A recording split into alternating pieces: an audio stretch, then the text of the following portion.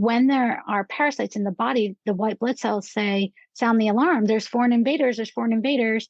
It starts off the immune cascade of inflammation, but parasites don't care about that. So you end up in this vicious cycle of chronic inflammation for seemingly no reason, which leads to autoimmunity. Stress is the inflammation that robs us of life, energy, and happiness. Our typical solutions for gut health and hormone balance have let a lot of us down. We're over-medicated and underserved. At The Less Stressed Life, we're a community of health-savvy women exploring solutions outside of our traditional Western medicine toolbox and training to raise the bar and change our stories. Each week, our hope is that you leave our sessions inspired to learn, grow, and share these stories to raise the bar in your life and home.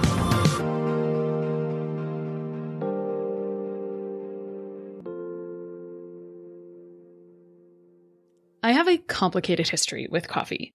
I love it, but sometimes it's made me jittery, anxious, and even worse in my skin because of the mold that can be present in lots of coffee.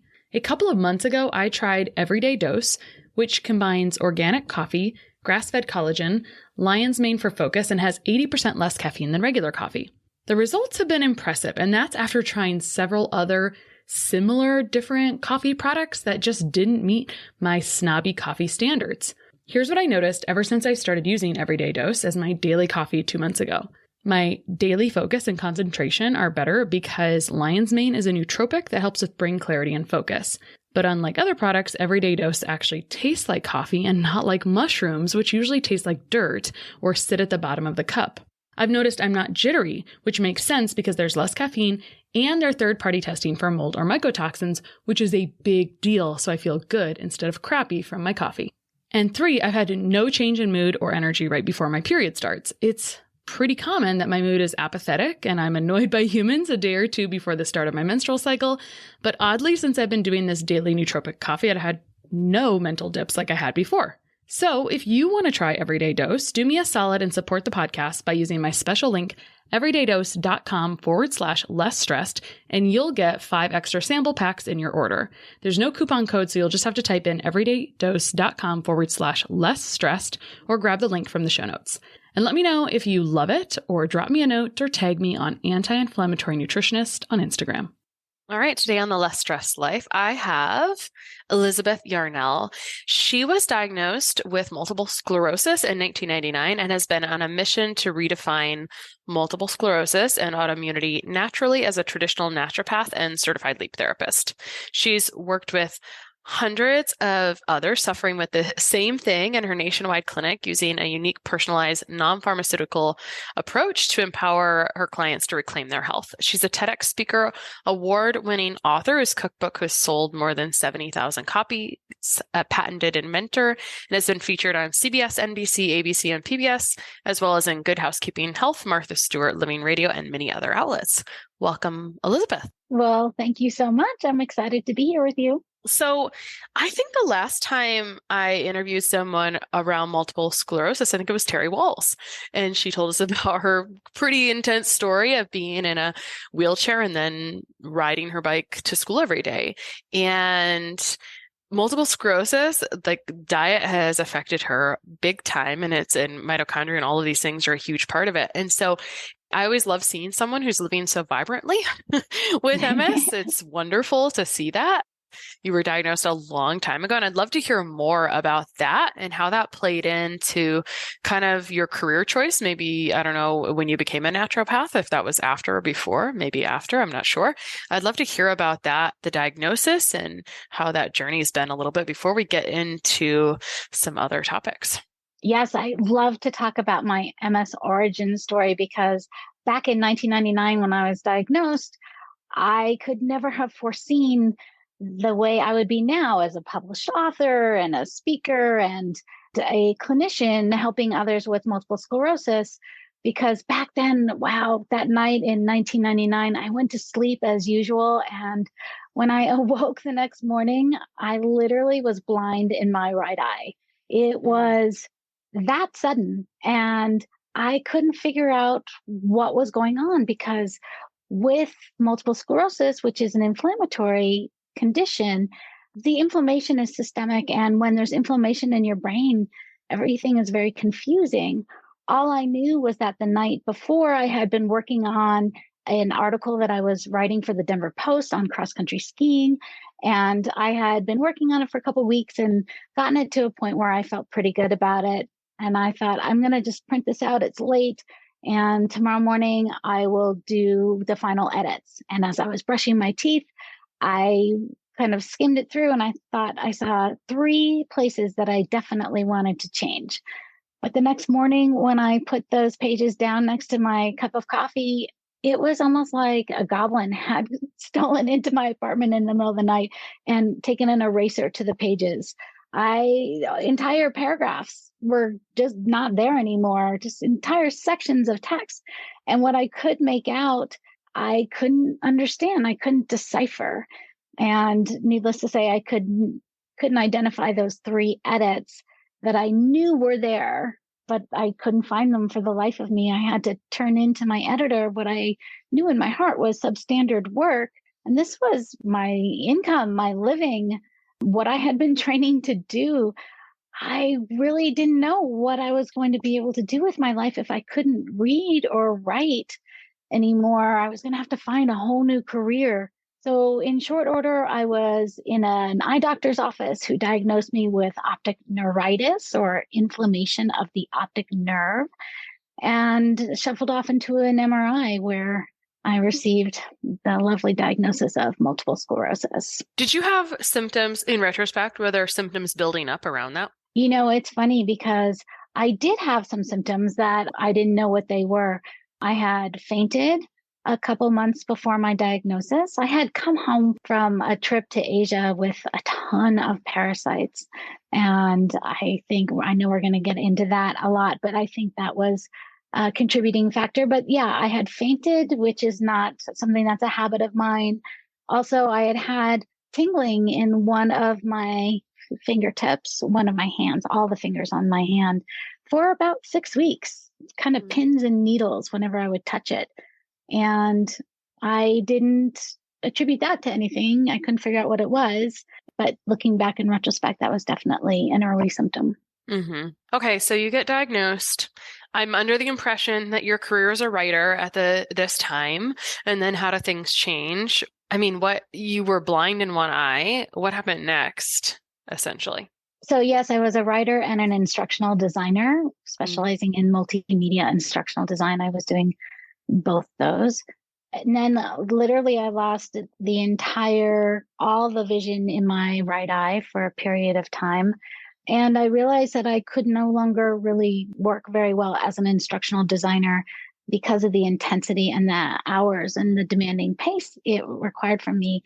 MS is hallmarked by fatigue.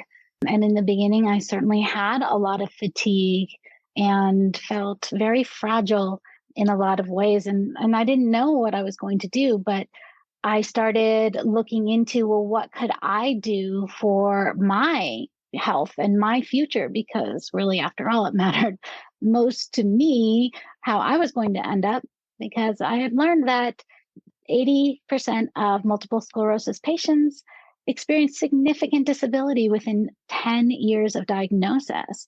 So I was just 2 weeks before my 30th birthday. And now I was learning that by my 40th birthday, I was probably going to be in a wheelchair.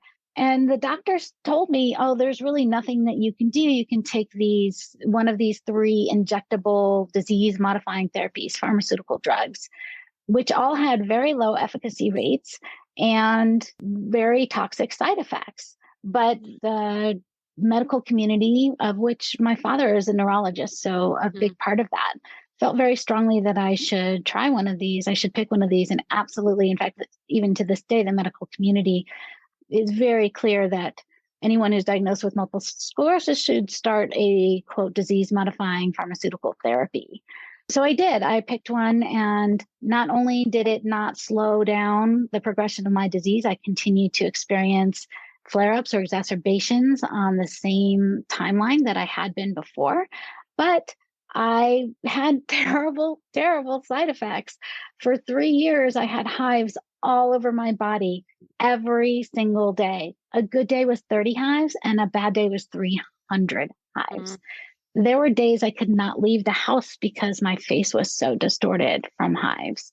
And then on top of that, by the end of that period, every time I would inject this disease modifying therapy, I would literally have a seizure for 10 to 40 minutes before the needle even came out of my body. It was very clear the correlation. I thought, my body is telling me it really doesn't want this drug. And in the meantime, it was my then fiance, now my husband of more than 20 years, who suggested that maybe my diet might have something to do with it. And I had to admit that for the entire decade of my 20s, I had lived alone and I was a girl on the go. I either ate fast food or restaurant food, or I really just skipped the meal. The only staple foods I kept in my apartment really for that whole decade were Diet Coke, Crystal Light, and gummy bears. So welcome to the 90s. Maybe, right? Maybe not such a surprise. Exactly. The 90s diet, right? Yes. Not such a surprise that my body would start to fail me at the end of that. So that's when I started taking classes. First, I started reading and finding books about, well, what is a healthy diet? And there was so much out there, but I really wanted to find out not a fad diet, but what was a healthy diet. And of course, this was before Dr. Wells's book came out, long time before. But I was studying through the ADA and the AMA and the Mayo Clinic. And what I really felt that they were all saying was that whole foods were better than processed foods. And I thought, okay, well, I can do a whole foods diet, but I don't really know how to cook. And so I started going to cooking classes and watching the Food Network. And what I quickly learned was that cooking whole foods from scratch is time and labor intensive. And you end up with a kitchen full of dirty dishes. So that's when I was on the lookout for, well, what could I do to make my life easier while focusing on a whole foods-based diet? And I became what I call an accidental inventor after watching an infomercial one night where the guy says, look, I've got this countertop appliance and I can make your whole meal in this one countertop appliance. And he pours in dry rice and a can of tomatoes. And then he puts a metal like barbecue grate grill over it. And then he puts chicken breasts on top of that. And then he puts another metal grate. And then he puts brownies on top of that, covers the whole thing with a dome, plugs it in, turns it on, very I Dream of Jeannie type. And I thought, wow, that's really cool. I don't have that countertop appliance. I don't have any of those metal grates. And I don't really care about the brownies, but maybe I can kind of like innovate on what he's doing in a similar way. So I went over to my oven and I cranked it up to 450 degrees because I figured that countertop appliance probably got pretty hot because it was cooking fast. And I had just received a cast iron Dutch oven as a wedding gift. And I pulled that out and I kind of layered foods into it in a similar way that he did, only I had frozen fish fillets and fresh vegetables and herbs from my garden. And then I put the lid on it and just put it into the 450 degree oven. And lo and behold, in about half an hour, dinner was ready. It was amazing. And I discovered after a long period of time, just this became the way that we cooked. And we really didn't even think that much of it until my college roommate came to visit for a week. And at the end of the week, she asked me to teach her to cook like I did. And I said, well, you've seen me do it. I literally just throw things into the cast iron Dutch oven and put it inside the oven. And she said, I think there's more to it than that. So that's when I sat down and wrote out my cookbook and spent 5 years trying to find an agent and a publisher with no success, and finally decided to self-publish in 2005, which was the best decision I could have made because I sold out my entire first print run of 2,000 books in a month. Spent a lot of time on the local bestsellers list and went on to sell it to Random House, where it is still for sale today. So check out Glorious One Pot Meals. So you switched to a whole food diet and made a difference with your MS, correct? So my MS started getting so much more under control and better, and I stopped having exacerbations.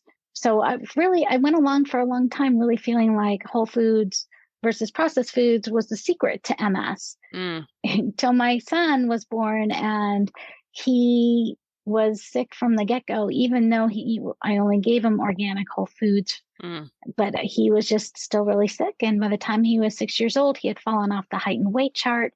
And we had taken him into pediatric GI clinics and had his DNA mapped and abdominal x-rays, all sorts of things that no one could figure out what was wrong with him. And finally, that's when I found, as you and I both know, the MRT food sensitivity test, which is really the gold standard of food sensitivity testing. And still to this day, I have to say his is the worst test I've ever seen. And fully 1/3 of the items that were tested, he was reactive to. But as soon as we changed his diet, it was a miracle. I mean, within 2 months, he grew 1.5 inches. He gained 15 pounds. He stopped having tantrums. He started sleeping through the night, stopped wetting his bed. Just incredible. And that's when I thought, that's when I decided to go through the training and certification program to learn how to interpret the test results and apply them Oh, you were working with someone? Well, yes, we were working with somebody who was not a CLT, who had never gone through that. She was just new enough to give us the test, which was great, but she didn't know everything. And when I went through the certification program, that's when I made the connection between the hypersensitivity reactions that were happening from food sensitivities and the hypersensitivity reactions that are causing inflammation in autoimmune conditions like multiple sclerosis. Wow, that was a long way to get around to that, huh? Well, it's funny. I think food, it's always or often a starting point for people in health, which makes so much sense. It's a foundation. It's what you put in your mouth every day. It's either nourishing or depleting your nutrients. But what happens is now we're in a kind of a landscape where a lot of people have tried eliminations or done things. And I have, as someone who started my practice with MRT way back when, it was really amazing. And then it wasn't enough because there was other things that were going on. I know that was part of your story as well. And you said I had come back from Asian and I had a lot of parasites. So tell us about how when that starts to creep into the story and starts to come to the surface and when you started being aware of that and started dealing with it. Because usually what would happen is that we would have improvements, but then we would kind of start to backslide because the symptoms from parasites or other causes of inflammation, there's other ones besides parasites, they start to creep in. And all of a sudden, what you were doing just doesn't work as well as it used to anymore. So I'd love to hear how that came in for you. It's true. So we had my husband and he was at that time just my boyfriend. We had gone on a 5-week trip to Asia. And for 2 weeks, we had spent on horseback crossing the Eastern Tibetan Plateau. Everything had been great those 2 weeks, camping out next to the horses. Nothing had ever happened. But then we came back down out of Tibet into Chengdu, China. And the last night of our trip, we had the celebration feast. And 15 of us met at 6 p.m. in front of this really high-end restaurant. And we had this amazing feast. It was so delicious. But by midnight, 12 of us were worshiping the porcelain gods. So sometimes sudden onset can be a really clear indicator of parasitic infection. And then you begin the acute phase of parasitic infection, where we had a lot of diarrhea and digestive upset, and my husband was vomiting a lot. And that was continuing by the time we returned home to America and I submitted my stool sample to the CDC. They actually picked up the phone and called me at my apartment once they saw the stool sample and said, "Where have you been? We have identified 5 parasites in your stool." Even to get an identification of one that's pretty remarkable. That's really remarkable Yes. on a conventional parasitic stool test. That almost never happens. I mean, I don't see it very often. Never happens. You'd have to be very acute, like you said, like very flaring at that moment. Like it's Full kind of of like buggers. I came home and I was still flaring. Great time to take that test. It might actually show up. If it's in 3 years, it probably won't. It'll probably be buried deep inside, and we'll be. Oh yeah, won't see it in totally. that test. But that's kind of wild. This was fresh. Mm-hmm. It was wild. And you're right. I don't even usually suggest people get tested because the ways that we test for parasites in this country are notorious for false negatives. Mm-hmm. And the last thing I want someone to do is to say, I took the test. I don't have any parasites. Not going to do the parasite cleanse or protocol. And then they move down the line with other things like dietary change and put a lot of effort into that. And there's only so much better you can ever get if you've got parasites and you don't address them directly. All right. So tell me what you did when the CDC picked up the phone and told you had 5 parasites. You dropped it and said, I thought that was so validating because so often people they don't find out anything. And then they're like, oh, I must just have to feel like crap. But often there is a reason. It just isn't always picked up. Yes. We were very sick, we'll just say, very sick for a while. That, unfortunately, was not my first experience with parasites, maybe just one of my more intense ones. They can all be intense to different reasons. I had gotten Giardia several times previously from camping in the Rocky Mountains. You don't have to travel anywhere to pick up parasites. I think that's why I wanted to point that out. But yes, I was pretty freaky. And this was 1998. And I didn't know anything about natural health. I didn't know anything about natural health. There were just starting even to be some natural health stores around, but I didn't know what was going on with me. And so my GI doctor put me on Flagyl, which, if you've ever taken Flagyl, basically wipes out the entire microbiome as well as some of the adult parasites. So afterwards, you can get some relief from those symptoms like constant explosive diarrhea from that acute phase of parasites, but it doesn't address the eggs, and some parasites like 2,000 eggs a day. So I did the Flagyl, and and my husband also, because he also was just suffering terribly.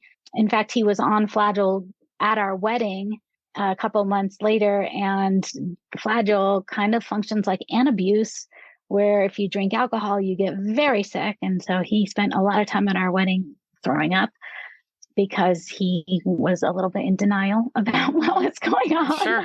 Just a typical man. Right. But over the next 6 years, he continued to have symptoms crop up on a fairly regular occurrence. And he would go back to the GI doctor, and then he would put him back on Flagyl. And finally, after the 3rd round of Flagyl, I'm like, you know what? The Flagyl is not the answer. This is not working. You're still having symptoms. Like, one of his big symptoms was fainting. And I remember one night we were sitting on the couch watching TV, and he got up to get a drink out of the fridge. And all of a sudden I hear this, and I walk over to the fridge door's open. He's flat on the ground on his back in front of the fridge. He had just fainted. So that was a big thing. And also the vomiting. And there were a lot of symptoms that would start to pop up every so often as the parasites repopulated in his system. And that was really, I was already taking all sorts of natural health classes, but that was what sent me off searching specifically for a solution for parasites. Well, tell me more about that, because we're either really, really pro open. I kind of tread a line between the middle. Like, I don't talk about parasites every day to the public, but I talk about them to my clients quite frequently, and make them a little easier to digest. You know, I always say to clients, Google what the CDC says about pinworms. They say 50% of people have them. So if you have children or you work in an institution, so I always like to start there. Like, the CDC says you have a 1 out of 2 chance of having pinworms if you have children. So there's a starting point. I've seen a stat that the CDC says 7 out of 10 adults worldwide are carrying parasites. Interesting. Wonderful. It's a challenge, though, because like you said, you can feel like you're better, and then they can just kind of rehash or just kind of come back with a vengeance. Repopulate. And that's, parasites are really frustrating like that because they're a little stealthier, I feel like, and they're a little more aggressive. Like, they come back with a vengeance when they're going to come when they're not quite dead. Right. So let's talk about how you learned what to do and how that helped your husband and maybe even yourself, because he had pretty significant symptoms. But I would guess even from some Flagyl, if you had 5 parasites and you had history of Giardia showing up before, I would guess you had residual symptoms for sure. I did. And, what I had recognized, what had happened when I had taken that round of Flagyl, my last round of Flagyl ever, but not my first round of Flagyl, unfortunately, was that I had had parasites for the previous decade. I had been living in Italy, and my roommates and I took a 48-hour train ride from Budapest to Istanbul, and we ran out of water halfway through. And as the train pulled into Sofia, Bulgaria, which was still behind the Iron Curtain at this time in 1991, the conductor had said, you have 3 minutes, run out and fill up your water bottles in the public fountain in the middle of the train station. And we were all so sick from that, which I was thrilled about because I had gained a lot of weight over that year in Italy and I lost it all that summer. So ever since then, I had gone into what I call the chronic phase of parasites. So the acute phase is when you have a lot of distress and it's kind of constant and you're feeling really crappy. And then you move into the acute phase because the body wants to survive and you cannot survive in that acute phase. So you go into a chronic phase. And for me, what my chronic phase looked like was a lot of constipation interspersed with morning diarrhea. And so every morning, pretty much for 10 years, I had explosive diarrhea in the morning, first thing. But it didn't interfere with my day. And so I didn't know. Who knew? Nobody knew. Nobody talked about like, oh, well, this could be parasites or really anything. Nobody knew. And I didn't really even probably talk about it to many people. Mm-hmm. So you knew that you had chronic parasitic infection. How did you figure out what to do? How did you help your husband? Because like we were just talking about, you can take things and then it kind of pops back. So tell us a little bit more about that process. So then I was pursuing my natural health education, and the degree I got was kind of like a executive MBA program where you did a lot of distance learning and then you would have on-site hands-on things. And I went to one of these on-site hands-on events and learned a ton. And while I was there, was asking around other students and teachers, what do you do? And that's when I learned about the ingredients of the Parasite protocol that I still use today with all of my clients, and how to really saturate the tissues of your body so that you can get all those eggs that are hiding in the nooks and crannies. And since then, so I've been using that particular formula and protocol since 2008 for a long time. And it's been updated and expanded. I've included another ingredient like neem tree leaf, which is more of a North American antiparasitic, in addition to the 3 herbs that were the core part of the program, which are wormwood, cloves, and black walnut hull. A key part of my program is the amounts that you take of them. If you take 2 drops of cloves or something like that, it's not going to do anything. You have to address the adult parasites, the larvae, those eggs that they're laying constantly. And then neem is specifically a vermicide for worms. So I've been using this pretty successfully and having really good results with clients for 10 years. But just recently, I have decided to expand it. So now it includes some other protocols as well to really help dislodge things like liver flukes and some of the nastier ones that are harder to get at. Right, for sure. So something that comes up a lot with parasites is, should I do a prophylactic parasite protocol every year? And this is kind of fresh on my mind as I just finished traveling in Peru last week, and I don't eat raw fish anymore because I look at too many stool tests. And my friend brought me some ceviche, and I was like, I really don't like to eat raw fish, but I decided to try. I'm like, guess I'm going home to do some prophylactic, like a short-term parasitical to nail anything I may have just picked up there. So I think that there are times, let's talk about vector points for parasites that say, like, if you have these vector points, like if you're consuming sushi, if you're consuming this, you're probably going to need to do a parasite protocol. Let's start there. Okay, so it's really, really easy to pick up parasites, unfortunately. You can pick them up through swimming in a river or a lake or even a public pool or water park. Every summer, I watch as the news finds reports of Giardia in highly chlorinated public water parks. So you can pick it up there. You can pick up parasites through walking barefoot in the grass or swampy areas, or sometimes even on the beach. Down in South America, they call them bicho de pe. They bite through the feet. They come up through your feet. Those are strongolides. They've just recently been discovered in southern Texas, so they're definitely coming north. But you can get parasites from playing with your dog. You can get it from changing your kitty litter. T. gondii comes through kitty litter. You can get parasites from eating unwashed produce. Remember in 2018 when there were a dozen McDonald's across a bunch of Midwestern states that found cyclospora in their salads. You can get it certainly from uncooked or raw fish, also undercooked or raw pork, right? Can carry trichomoniasis. That's it. Oh. No. The parasite that comes from pork. Certainly, we deworm our animals, our dogs and cats and horses, things like that on a fairly regular basis. They can carry things. Certainly, a lot of these things can be spread and picked up by humans. Some of it depends on your personal hygiene. Like a lot of parasites get spread in daycare centers from people who aren't very good at changing diapers and then being clean about it. Another way that people are picking up parasites is the CDC thinks maybe fresh cilantro. So you can think about how frequently you might have seen fresh cilantro on a menu sprinkled on top of everything. Well, that can carry cyclospora, and they don't really know where that's coming from.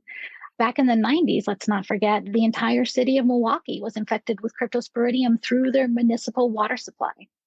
Thanks, Milwaukee. And we just kind of pretend like it wasn't really there sometimes. So to answer it, so I think this answers the question that there's a lot of vector points. Are we going to be reinfected all the time? And so then the question is, are we stressed about this, or do you just do I kind of waffle between, is it necessary to do like a prophylactic anti-parasitical protocol on an annual basis, or only if you become symptomatic? That's such a good question. I tend to lean more towards if you're symptomatic or if you have a history, like you just came from Peru.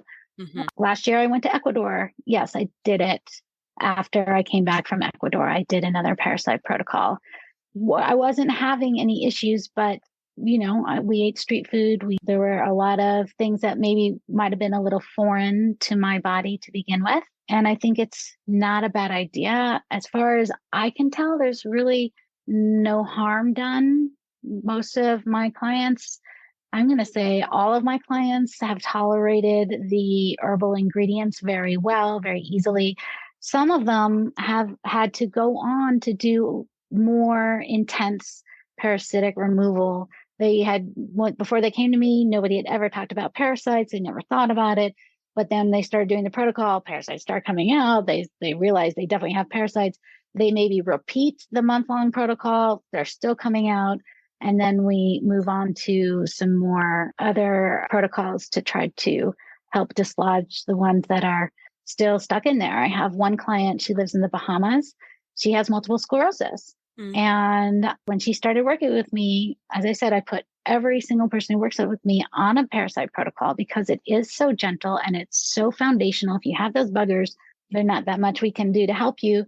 So she did the parasite protocol, saw lots of parasites coming out, but still continued to see what looked like kind of sesame seeds in her stool, which of course were the eggs. And she was concerned about that, and she improved a lot, but there were still some multiple sclerosis symptoms, even after we had done all the other protocols with the dietary changes, was still having some symptoms and still seeing the seeds in her poop. And she suspected maybe she still had parasites. She repeated the original protocol, got some more out, but was still seeing seeds in her poop, went on the next layer of protocol, and lo and behold, she emailed me last week and said that there was a worm hanging out of her butt. Sorry to be so graphic. No, that happens, And so that actually begs the question, do you have to see parasites? I think that's like, we always like validation. So people, if they know, you've given some descriptions of things that people can commonly see, but not everyone sees them. And I think the other comment there is that different organisms respond to different treatment. So. Yes. And since we really can't figure out which parasites are the problems or which treatments they'll respond to, sometimes it takes a few different treatments. Some parasites are visible to the naked eye, and some parasites are visible under microscopes, and other parasites you need incredibly intense microscopic amplification and the right medium on the slide to even be able to see those parasites. One of those is Chagas. Chagas is a parasite that is a vector borne, so it comes in through mosquitoes or flies. And we didn't even mention ticks, which are other vectors that can carry parasites. And lives in your bloodstream. Chagas does. So you can do lots of parasite testing for Chagas for parasites. And if you're just looking at stool, you're never going to find Chagas. That's how I feel right now. I'm still itching bizarre bug bites from Peru a week later that I only got in one spot and then had a fever when I came home. I'm like, probably picked up something really awful from those bug bites. So, right. So like CT flies carry parasites, all those things, right? Yeah, good times. Well, where did parasites fall in? You had this MS diagnosis. Let's see, I'm trying to do the math here. You started treating parasites after your MS diagnosis, right? I did. Well, I had done Flagyl before my MS diagnosis, but I didn't even know about anything herbal or natural before that. So I didn't treat parasites herbally for 7 years after my diagnosis. So tell me about after you treated parasites, how did that affect or change some of your MS flares? Yes, well, it was amazing. I just felt so good after treating for the parasites. I was 40 years old. I was doing like amazing things like taking double jazzercise classes back to back. I had little kids. I was working around the clock trying to build my businesses. I just had so much energy. And my husband, after he did his first parasite cleanse, so he is a competitive runner and he had been really since high school. And after he did his parasite cleanse, he started breaking 5-minute miles again in his late 40s. I think he might have been 50 at that time. And he just was able for the first time since we had gone to Asia to regain and hold on to the weight that he had lost from that initial infestation of parasites that had gotten us both so sick when we were abroad. So he hadn't been able to put that weight back on literally for 10 years. And so he was able to do that. And his athletic performance just like skyrocketed, which he was super excited about. And he just felt so much better. Oftentimes, what I find when people do a parasite protocol is that they don't really feel anything different during the protocol. If it is a newer parasitic infection, then there's more of a chance that you're going to feel like an amazing difference within 5 days of starting. But if it's an older one and you're in that chronic phase, it may take a little while. And oftentimes people will report back that they really didn't feel anything while they were going through the protocol. But 3 months later, it was almost like they woke up and like the world was a brighter place. And they just felt so much better. They hadn't realized how much fighting off parasites lowers their vitality and their zest for living. I think of it sometimes as it's almost like the gauze has come down from in front of your eyes. The colors are brighter, more vivid. Everything just seems more full of possibility. One of my clients is a spiritual counselor, and when she went through the parasite protocol, she realized that parasites have a consciousness. And she really felt that her parasites were actively working against her in many ways to stop her from getting rid of them and killing them off. So I think that that's possible too. I think that if you feel like you have some blocks going on in your life, it could be the block, the consciousness of the parasites, or the fact that they're really blocking your life force, your chi, your flow. Everything's trying to stay alive, right? So might be stepping on someone else's shoulders to try to do that. It's true. It's true. And you know what really kills me is when I read about those trials for multiple sclerosis and other autoimmunity where they intentionally introduce a parasite into someone's body and they say, oh, well, look, her MS symptoms are gone. Well, it's because the body is trying to get rid of that parasite, but bodies can't get rid of parasites on their own. I think it is just irresponsible. Obviously, those trials were designed by people who've never been infected with parasites before, because I would never intentionally wish parasitic infection on anyone. Yeah, it's such a tricky thing because they've been around for a long time and people will often say like, oh, shouldn't you be able to fight that off on your own? And I'm like, that doesn't make sense to me because it's a different living organism. But I do know that the presence really reduces the resilience, or the constitution is really the concern. And I think, I was recently studying a saint from like 1100 who wrote a book on botanical and herbal medicine. And the thing is, like, people have been using plants and herbs since the beginning of time to treat things, right? We just don't always have it all in writing, and we probably do. We're just ignoring it because it's from a couple thousand years ago. Well, a lot of in our country, in the US, a lot of the reasons why we no longer know about these things is because of the Flexner Report, which came out in 1910, which demonized the natural health industry and strove to put every natural health practitioner out of business and only allow medical practices that practice pharmaceutical medicine, because the Flexner Report was paid for by Andrew Carnegie and J.D. Rockefeller, and they owned most of the oil in the United States, and their chemists discovered that they could make medicines out of petroleum, and they wanted to corner the market. I have not heard that in the past, so now I'm Piece of little known history that we should all know. Very interesting. Well, we've covered a lot. It's kind of hard to summarize. We went from diet to parasites. We didn't directly mention this, but we talked about it offline. The parasites are often a cause of food sensitivities, right? Which I think that's relevant to say. Because it's like something they leave you pockmarked and perforated and inflamed. And as we know, whenever there's inflammation in the digestive tract, and that leads to leaky gut and all sorts of other things. And one of the things I wanted to add really quickly was that our body's immune system, our white blood cells, works really well to protect the body against invasion from foreign invaders that are virus and bacteria. We have heat, we have inflammation, we have antibodies, but not at all against parasites. Parasites don't care about any of those. So when there are parasites in the body, the white blood cells sound the alarm. There's foreign invaders.